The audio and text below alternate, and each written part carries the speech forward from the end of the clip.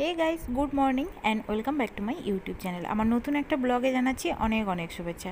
সকালবেলা ঘুম থেকে উঠে দেখি বাবা আর মেয়ে বাগানে, আর আমি তো যেতে পারবো না, তাই আমি জানলার এপার থেকে ভিডিও বানাচ্ছি। তো মেয়ের একটা বায়না হয়েছে, বায়নাটা তোমাদেরকে শোনাচ্ছি, আর বাবা ওইদিকে ঘাস ছিঁড়ছে। তো শোনো মেয়ে কি বায়না করে। পকোড়া বানাও। কিসের পকোড়া? ধনে পাতার পকোড়া। ধনে পাতার পকোড়া? হ্যাঁ। তো ধনে পাতার পকোড়া বানাতে বলেছে আমাকে। যেই আমি বলেছি না বানাবো না, এমনি ওর মুখটা দেখো, পুরো বাংলার পাঁচের মতো, দেখতে পাচ্ছ, পুরো বাংলার পাঁচ। আর একটু পরে যেই বলবো ঠিক আছে বানাচ্ছি, তার তখন গাল ভর্তি হাসি। দাঁড়াও, এই দেখো, দেখলে তো কীরকম মানে চেঞ্জ হয়ে গেল, হঠাৎ করে মুড অফ, আবার হঠাৎ করে হাসি। তো জানি না ও খাবে কি না, তবে বানিয়ে দেবো। আর ভাজা পোড়া খেতে মানে ও আমার মতো একটু ভালোবাসে মোটামুটি। মানে বাড়িতে আর কি কোনো রকম পেঁয়াজি বা আলুর চপ যদি আমি এ দিয়ে বানিয়ে দিই লঙ্কা টঙ্কা ছাড়া, তাহলেও খায় একটা দুটো। তো সেই রকম করে মুসুর ডালও ভিজিয়ে দিয়েছিলাম। সেই মুসুর ডাল আর এই দেখো ধনেপাতা কীভাবে নিয়ে চলে এসছে একদম। হয়তো বেছে বেছে আনতে পারতাম আমি বা মা গেলে, বা বাবা তুলে দিলে, বাবা তুলে দেবে বলেছিল, তবে ও তুলতে দেয়নি, পুরো নিজে নিজে তুলেছে।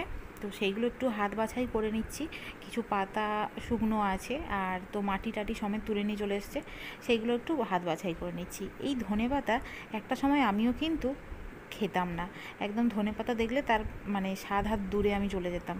আর যদি কোনো তরকারিতে ধনেপাতা দেওয়া হতো, সেই তরকারি একটুও খেতাম না। এই দেখো ঘাস টাস তুলে নিয়ে চলে এসছে। তো যাই হোক, এগুলো একটু হাত বাছাই করে নিই এগুলো কুচি কুচি করে কেটে নেব। তো এই যে বাছাই করে নিয়েছি মোটামুটি। আর এদিকে মুসুর ডালটা আমি কিন্তু পেস্ট করে নিয়েছি। আর মুসুর ডাল একটু ভিজিয়ে রাখলে বেশ মিহি করে বাটা হয়, মানে মিক্সিতে খুব ভালোভাবেই বাটা হয়ে যায়। তো এই দেখো আমি ধুয়ে ভালোভাবে কেটে নিয়েছি। এবারে মুসুর ডালের পেস্টটা এর মধ্যে দিয়ে দিচ্ছি। বেসন দিয়ে করলে ভালো লাগে, তবে বেসনের থেকে মুসুর ডালে একটা আলাদা ভিটামিন থাকে, সেই জন্য মুসুর ডালটাই ভালো।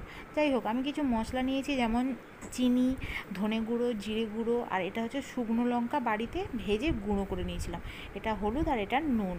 তো এই মশলাগুলোই দিয়ে দিচ্ছি। কাঁচা লঙ্কা দিলে বোধহয় একটু ভালো হতো, তবে কাঁচা লঙ্কা হচ্ছে আমি মেয়ের জন্যই দিলাম না। আর একটু দিয়ে দিলাম হচ্ছে বেকিং সোডা, একটু মজমজ করবে সেই জন্য। তো মাখিয়ে নিয়েছি। এবারে এগুলো ছোটো ছোটো করে ভেজে নেব। সকালবেলা মুড়ি খাবো বলেই এটা ভাজছিলাম। তো মেখে নিয়ে সাদা তেল কড়াতে দিয়ে দিয়েছি, দিয়ে এবারে অল্প অল্প করে ভেজে নিচ্ছি। তো তেলে ভাজা খেতে আমার তো বরাবরই ভালো লাগে, যে কোনো তেলে ভাজা দিলেই আমি খেয়ে নেব। তেলে ভাজা খেতেই ভালোবাসি, তাই জন্যই এরকম এতটাই মোটা হয়ে গেছি তেলে ভাজা খেয়ে খেয়ে। তোমরা যারা আমার মতো তেলে ভাজা খাবে, তারাও কিন্তু আমার মতো মোটাই হবে। তো সাবধান তেলে ভাজা থেকে। যাই হোক, তো আমি তো তেলে ভাজা খাওয়া ছাড়ছি না, মোটামুটি খেয়েই যাচ্ছি। তো মোটামুটি আমার ভাজা হয়ে গেছে অল্প, আরও কিছু আছে, মানে অনেকগুলোই ভাজা হয়েছে প্রায়। এই যে এতগুলো ভেজে নিলাম, আরও কিছুটা আছে পেস্ট, সেগুলো আস্তে আস্তে করে আমি ভেজে নিচ্ছি। তো আমি ধনেপাতা একসময় খেতাম না, এখন ধনেপাতা সমস্ত তরকারিতে দিয়েই খাই। মানে ধনেপাতা কোনো তরকারিতে না দিলে মনে হয় যেন কিছু একটা মিসিং আছে। তো সেই রকম একটা ব্যাপার আজকের দিনে হয়ে গেছে, কারণ আগে ধনেপাতা খেতাম না, এখন খাই। আর এইভাবে ভেজে টেজে দিলে বাচ্চাদেরকে, বাচ্চারাও কিন্তু ধনেপাতা খাবে না এমন নয়। এইভাবে মুচমুচে করে পকোড়া টাইপের বানিয়ে দিলে, যে কোনো সবজি দিয়ে, যেসব সবজি বাচ্চারা খেতে চায় না সেগুলো দিয়েও তো ভাজা পোড়া বানিয়ে দেওয়া যায়। হ্যাঁ, তা বলে বলছি না যে সব সময় ভাজা পকোড়া খুবই খাওয়া ভালো। যাই হোক, ধনেপাতার পকোড়া কিন্তু আমার রেডি, মানে ধনেপাতার বড়া আমার রেডি। খুব মচমচে হয়েছে। তোমরা অবশ্যই বাড়িতে ট্রাই করো। আর রেসিপিটা ভালো লাগলে অবশ্যই কিন্তু লাইক করে দিও, শেয়ার করে দিও। যারা চ্যানেলে নতুন আছো তারা তাড়াতাড়ি সাবস্ক্রাইব করো। তো দেখা হচ্ছে পরের ভিডিওতে, ততক্ষণ সবাই ভালো থেকো আর এরকম পকোড়া বানিয়ে খাও।